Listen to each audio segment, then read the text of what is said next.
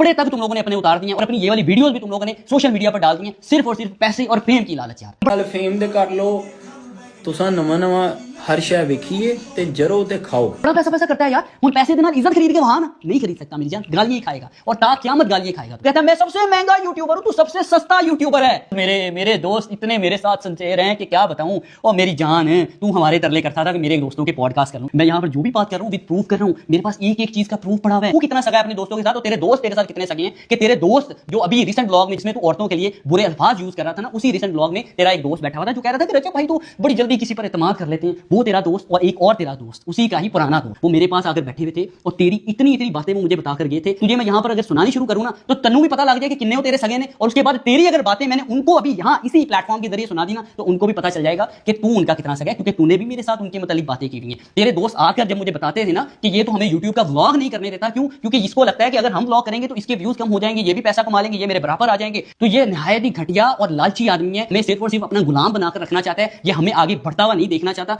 ये तेरे दोस्तों के अल्फाज हैं। कह रहा था ना कि वो छोटे छोटे इवेंट करते हैं, मुझे इनके स्टैंडर्ड का पता चल गया था, इसलिए मैंने कहा कि यार अब इनसे मुझे रिश्ते ही तोड़ना पड़ेगा, क्योंकि मैं इनके छोटे छोटे इवेंट नहीं अटेंड कर सकता। मेरी जान तेरी औकात ही नहीं है कि तू हमारे इवेंट ना अटेंड करता, हम तुझे बुलाते ही नहीं है। सही है, इतनी तेरी औकात है। पिछले 1-1.5 साल से हमने तुझे इग्नोर करना शुरू किया है जब से हमें पता चल गया कि तू फितना फैमिली है। इसको मैंने अपनी वाइफ की बर्थडे पर नहीं बुलाया, लेकिन मैंने अपनी दूसरी बहन, इनकी भी बहन है गजल बहन, उनको मैंने बुलाया, उनको मैंने इन्विटेशन शेयर किया। फिर उसके बाद उनका मुझे वॉइस नोट आता है कि वो रजब भाई को तो इस चीज का अंदाजा ही नहीं है कि कवल की बर्थडे है, तो वो कहने मैं तो जा रहा हूँ, मुझे तो इन्विटेशन ही नहीं आया। तो फिर मैं ढीठ पड़ जाता हूँ कि यार देखो ये मुझे खुद बोल रहे हैं कि रजब को मैंने इन्वाइट नहीं किया, नहीं तो इनको खुद ब खुद अंडरस्टैंड कर देना चाहिए कि हम उसको नहीं बुलाना चाहते, क्योंकि वो अपने कुछ लफंडर दोस्तों को हमारी फैमिली गैदरिंग में ले आता था और हमें वो चीज बर्दाश्त नहीं थी। फिर मैं उसी टाइम में रजब को इन्विटेशन भेजता हूँ तो वो फिर से वही काम करता है, कुछ 3 से 4 बिन बुलाए मेहमानों को अपने साथ ले आता है। वो बैठते हैं, वो खाते हैं, वो पीते हैं, वो नखरे दिखाते हैं आपको बिला वजह के। थोड़ी सी बोता पाइए ना तो फिर बंदा इंदे नखरे बखांदा है। उन्होंने राह वहाए हो ना उन्हें अगे एडा चौड़ा नहीं होईदा। नेक्स्ट टाइम ਇਹ ਸ਼ੇਖੀਆਂ ਸਾਡੇ ਨਾਲ ਨਹੀਂ ਮਾਰਨੀਆਂ ਕਿ ਮੇਰੇ ਨਾਲ ਪੈਸਿਆਂ ਦੇ ਮੁਕਾਬਲੇ ਕਰ ਲਓ, ਮੇਰੇ ਨਾਲ ਫੇਮ ਦੇ ਕਰ ਲਓ। ਤੁਸੀਂ ਨਵਾਂ ਹਰ ਸ਼ੈ ਵੇਖੀਏ ਤੇ ਜਰੋ ਤੇ ਖਾਓ, ਨਾ ਆਪ ਗਾਲਾਂ ਖਾਓ ਤੇ ਨਾ ਆਪਣੀ ਫੈਮਿਲੀ ਆਪਣੇ ਫਰੈਂਡਸ ਨੂੰ ਗਾਲੀਆਂ ਪਵਾਓ। ਥੋੜਾ ਲਿਮਿਟ ਚ ਰਹੋ, ਥੋੜਾ ਡਾਊਨ ਰਹੋ। ਫਰੌਨ ਨਹੀਂ ਬੰਨਾ। ਇੱਕ ਝੁਰਮਟ ਹੁੰਦਾ ਹੈ ਨਾ, ਉਹਦੇ ਵਿੱਚ ਨਾ ਤੁਸੀਂ ਇੱਕ ਡਾਟ ਵਰਗੇ ਵੀ ਨਹੀਂ ਹੈ, ਤੁਸੀਂ ਕੱਖ ਨਹੀਂ ਕੀਤਾ ਅਜੇ। ਤੁਹਾਨੂੰ ਆਦਤ ਪਈ ਹੈ ਬਿਕਾਜ਼ ਤੁਸੀਂ ਫੇਮ ਹੈ ਲਿਆ। ਮੁਝੇ ਕਿਸੇ की ਜ਼ਰੂਰਤ नहीं है, मुझे ये नहीं है। मैं इत्थे लाइव ते ना 10 बंदे खड़े कर दियां जिन्हां ने इस बंदे ते इन्वेस्ट किया है, जिन्हां ने इस बंदे ते पैसे लाए ने, जिन्हां ने इस बंदे नूं अपने घर वाड़िया है।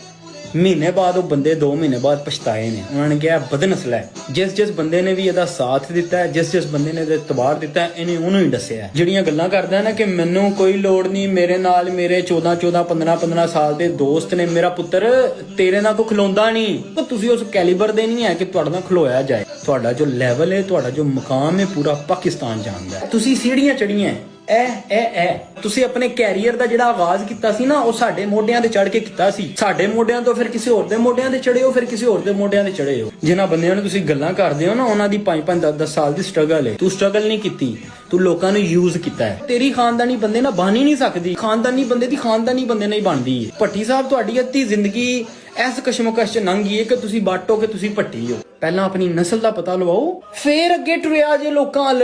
ਜਦੋਂ ਕੋਈ ਤੁਹਾਨੂੰ ਭੱਟੀ ਸਾਹਿਬ ਕਹਿੰਦੇ ਨੇ ਤੁਹਾਨੂੰ ਬੜੀ ਚੁੱਭਦੀ ਹੈ, ਕਿਉਂਕਿ ਲੋਕੀ ਸੱਚ ਬੋਲਦੇ ਨੇ ਨਾ।